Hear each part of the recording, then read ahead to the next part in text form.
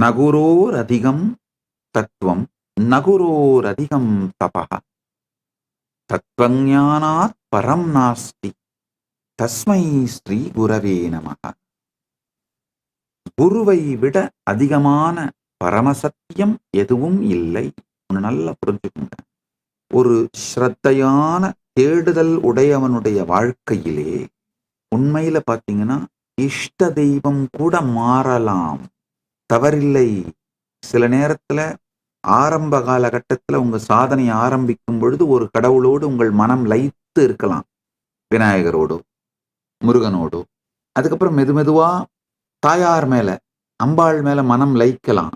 பிறகு அப்படியே இது மேல் வளர்ந்து பரமசிவ பரம்பொருள் மேல மனம் லயிக்கலாம்.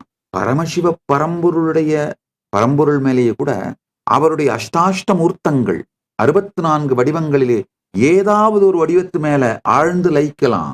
நடராஜரா இருக்கலாம், அடுத்து தட்சிணாமூர்த்தியா மாறலாம், அடுத்து லிங்கஸ்வரூபமா மாறலாம்.